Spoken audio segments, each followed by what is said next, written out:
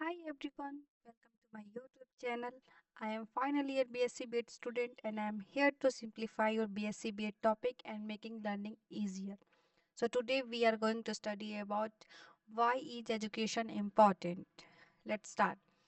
Education is a powerful tool that impacts both individuals and society in many meaningful ways. It helps people grow intellectually, emotionally, and socially, while also driving the progress and development of communities and the nations. शिक्षा क्या है?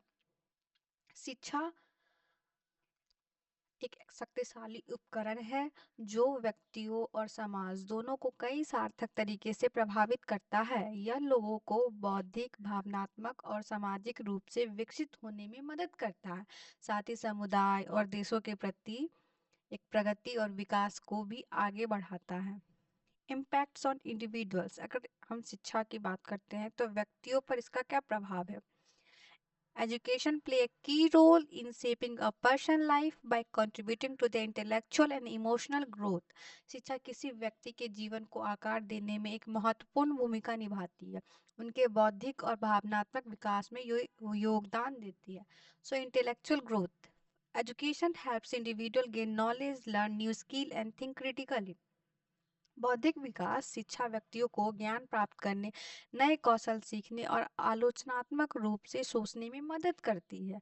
इसका उदाहरण देकर के उन्होंने बताया कि अगर कोई बच्चा गणित सीखने वाला बच्चा जो होता है वो समस्या समाधान का क्षमता अपने अंदर डेवलप करता है, जिसके थ्रू उसको अपने एवरीडे लाइफ में बजटिंग और प्लानिंग करने में इजी होता है। तो कहीं ना कहीं इंटेलेक्चुअल ग्रोथ उसके एवरीडे लाइफ में इम्पैक्ट डाल रहा है। Emotional growth, education helps people understand their own feeling and relate better to others. भावनात्मक विकास की अगर बात करते हैं, शिक्षा लोगों को अपनी भावनाओं को समझने और दूसरों के साथ बेहतर संबंध बनाने में मदद करता है।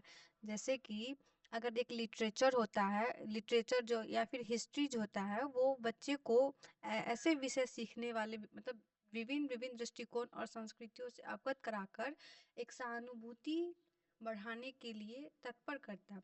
इसका उदाहरण जैसे कि अगर कोई भी लिटरेचर की जो भी क्लास होती है वो डिफरेंट टाइप के बैकग्राउंड्स या फिर डिफरेंट टाइप के स्टोरीज कोई भी चीज़ जो उसके डिफरेंट डिफरेंट वे में होते हैं, डाइवर्स वे में एक्सप्लेन किए जा सकते हैं, उनको समझने और उसको बताने में हेल्प मिलता है। इससे होता क्या है कि एक साहित्य जो है वो डिफरेंट स्टोरीज के थ्रू डिस्कस होता है, जिसे छात्र के अंदर उसके अपने संस्कृति को समझने और सम्मान देने का एक कहीं ना कहीं रिस्पेक्ट जो होता है कल्चर के प्रति वो डेवलप होता है।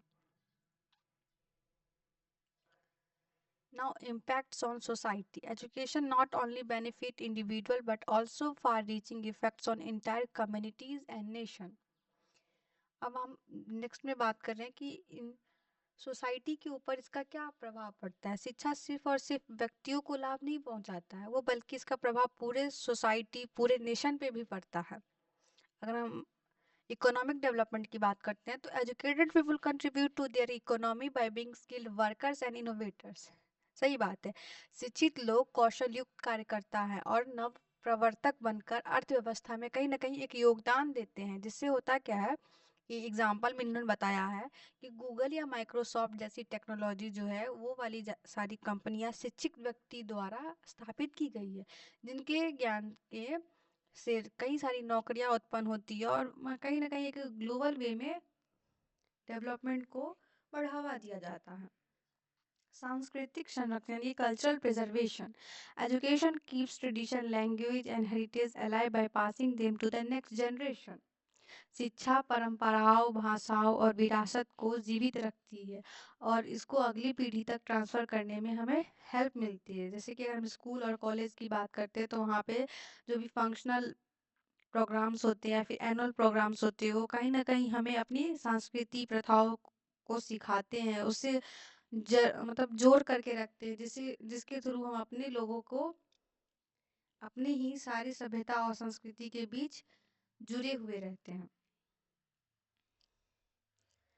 Global example. In Finland, a strong education system has led to one of the world's most innovative and prosperous society, providing how education directly contribute to societal success. Finland में मजबूत शिक्षा प्रणाली ने इस दुनिया के सबसे नवीन और समृद्ध समाजों में से एक बना दिया है उसको।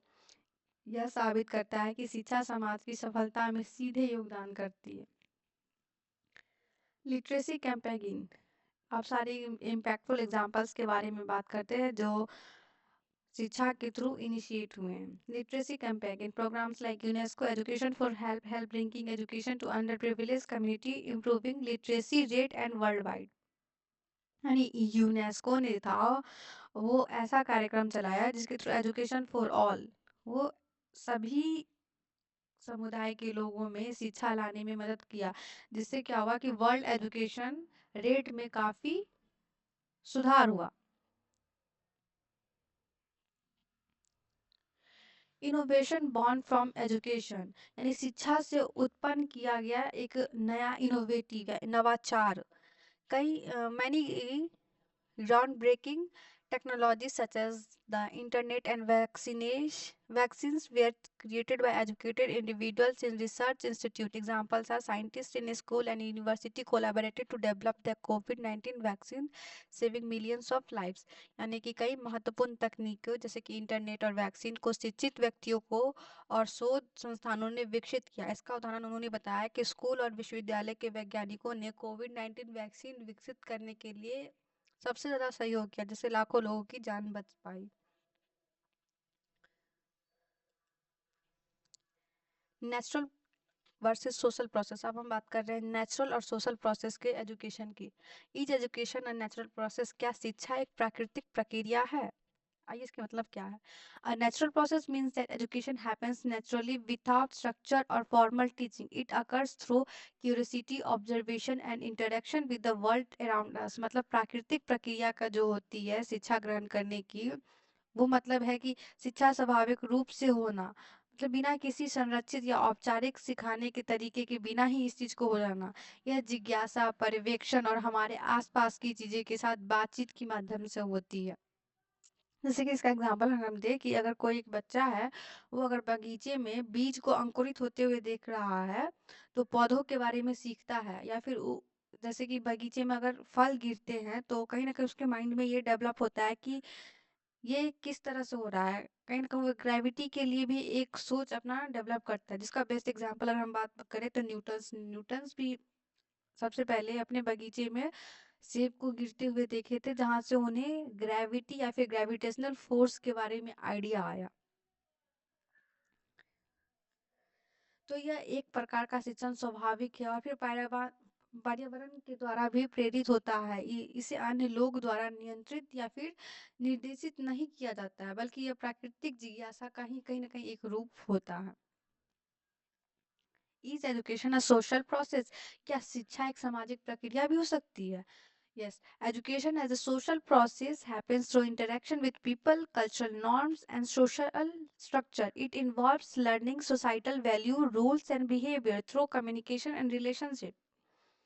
यानी सामाजिक प्रक्रिया के रूप में शिक्षा तब होती है जब लोग अन्य व्यक्तियों या फिर सांस्कृतिक मानदंडों और सामाजिक संरचनाओं के साथ बातचीत करते हैं। इसमें समाज के मूल्य, नियम और व्यवहार की संचार होते हैं, जिसके संबंध के माध्यम से हम किसी न किसी चीज़ को सीखते हैं और कहीं ना कहीं वो चीज़ सीखने के अंदर भी शामिल होता है। जैसे कि उदाहरण है कि एक बच्चा अगर अच्छा शिष्टाचार अपने माता पिता को देखकर सीखता है, तो या फिर दोस्तों के साथ खेलते समय टीम वर्क समझता है, तो कहीं ना कहीं एक सामाजिक शिक्षा की ही एक प्रक्रिया है।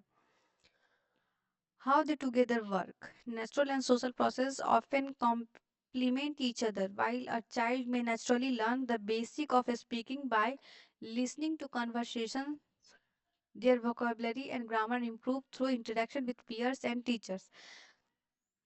ये कैसे होता है? कहीं ना कहीं दोनों साथ में इस तरह से काम आते हैं कि अगर प्रकृति और सामाजिक प्रक्रिया अक्सर एक दूसरे को पूरक होती है, जो कहीं न कहीं एक दूसरे के ऊपर भी डिपेंड होती है। एग्ज़ाम्पल जैसे कि एक बच्चा बातचीत सुन कर के बोलने की बारे में सीखता है, लेकिन उसके शब्दावली जो होते हैं या फिर व्याकरण में जो सुधार होता है वो सहपाठी या और शिक्षक के बातचीत के दौरान ही होता है या फिर उसके माध्यम से होता है। तो देखा जाए तो कहीं न कहीं मतलब बच्चा एक नेचुरली भी उस चीज़ को एक्वायर कर रहा है और सोशल वे में भी उसको एक्वायर कर रहा है। जैसे कि नेचुरल वे में वो इस तरीक़े से एक्वायर कर रहा है कि वो एक नॉर्मल बातचीत सुनकर बोलने का ट्राई कर रहा है। और सोशल वे में हो गया कि अगर वो अपने टीचर के साथ या अपने पीयर्स ग्रुप्स या फिर अपने दोस्तों के साथ बात कर रहा है तो कहीं न कहीं वो एक सामाजिक प्रक्रिया के रूप में आ जाएगी, सोशल प्रोसेस के रूप में आ जाएगी।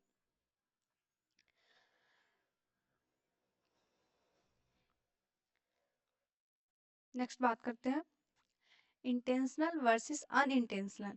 व्हाट इज इंटेंशनल एजुकेशन, यानी कि जानबूझकर या फिर अनजाने में।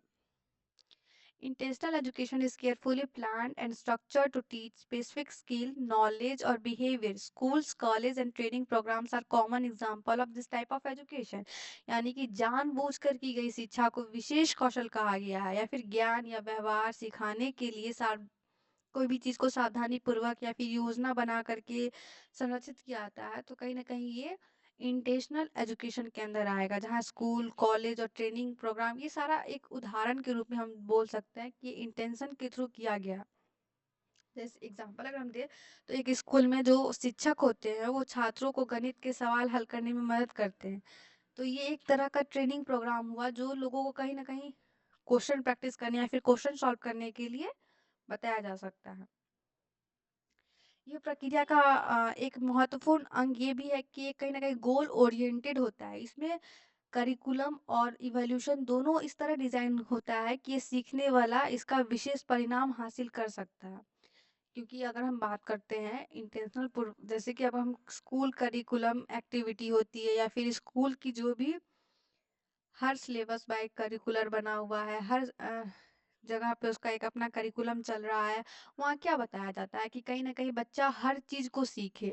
एक इंटेंशन के थ्रू यानी बच्चे को सिखाने के पीछे कहीं न कहीं एक तरह की प्लानिंग है या फिर एक तरह की कहीं न कहीं देखा जाए तो उसको प्लान वे में या ये समझाने में होता है कि बच्चे को अच्छे से समझ में आ जाए, उसके अंदर कोई भी तरह की कॉन्सेप्शन या फिर कोई भी तरह का डाउट ना हो। तो एक प्लानिंग प्लॉटिंग के साथ वो चीज़ कंप्लीट होती है। ना बात करें अनइंटेंशनल एजुकेशन की। Unintentional education happen without planning और formal guidance. It occurs through life experiences mistake and spontaneous interactions with others. यानी कि जो अनजाने में होती है, अनइंटेंशनल अनजाने में होने वाली शिक्षा बिना किसी योजना या फिर बिना किसी मार्गदर्शन के होती है, जीवन के अनुभव, गलती और दूसरों के साथ सहज बातचीत के माध्यम से होता है। उदाहरण जैसे कि बच्चा क्रिकेट खेलते समय टीम वर्क और पेशेंस का इम्पोर्टेंस सीख रहा होता है या फिर किसी पालतू जानवर की देखभाल के करने के समय वो किसी न किसी एक रिस्पॉन्सिबिलिटी का महत्व समझता है, तो वो भी एक अनइंटेंशनल शिक्षा के अंदर आता है। तो ये प्रक्रिया इंसिडेंटल होती है और अनप्लैन्ड होती है, जो हमारे रोजमर्रा की जीवन की स्थितियों को एक स्वाभाविक रूप से उत्पन्न करता है। तो connection between intentional and unintentional education, तो जानबूझकर और अनजाने में शिक्षा के बीच में क्या संबंध है उसके बारे में जानते हैं। जैसे कि अगर हम दोनों जगह देखे हैं कि इंटेंशनल और अनइंटेंशनल एजुकेशन के बारे में कि दोनों प्रकार का जो शिक्षा होता है वो व्यक्ति को कहीं न कहीं एक आकार दे रहा है, एक उदाहरण दे रहा है, एक छात्र के अंदर कहीं न कहीं एक मैनेजमेंट कोर्स को समझने की या फिर इम्प्रूव करने में एक लीडरशिप क्वालिटी को इम्प्रूव करने के बारे में सिखाता है। लेकिन दोस्तों के साथ तो कहीं एक टीम वर्क करना या फिर कोई भी एक समय के साथ अच्छे वे में प्रोसेस करना, ये सारा चीज़ हमें इंटेंशनल और इंटेंशनल एजुकेशन सिखाता है। तो अगर हम बात करें इस सब चीज़ों की याद रखने के बारे में तो शिक्षा केवल कक्षाओं तक सीमित नहीं होता है। प्राकृतिक जिज्ञासा, सामाजिक संपर्क, संरचित शिक्षण और जीवन के अनुभवों का ये सारा कुछ जो है ये मिश्रण ही होता है। दोनों प्रकार का शिक्षा जो होता है व्यक्ति के अंदर कहीं न कहीं एक गुड वे में इम्प्रूव करने का साधन होता है। इंटेंशनल जहाँ हम कहीं न कहीं एक इंटेंशन के साथ सीखते हैं, अनइंटेंशनल जहाँ हम बिना किसी मतलब मकसद से, बिना किसी प्लानिंग प्लॉटिंग के भी हम उस चीज़ को सीख रहे होते हैं। तो इस वीडियो के माध्यम से अब हम जान सकते हैं कि शिक्षा जानबूझकर और अनजाने दोनों तरीके से हमारे जीवन में महत्वपूर्ण भूमिका निभाती है। इसे समझने और लागू करना हमारे सीखने की प्रक्रिया को अधिक प्रभावी भी बना सकता है। तो थैंक यू।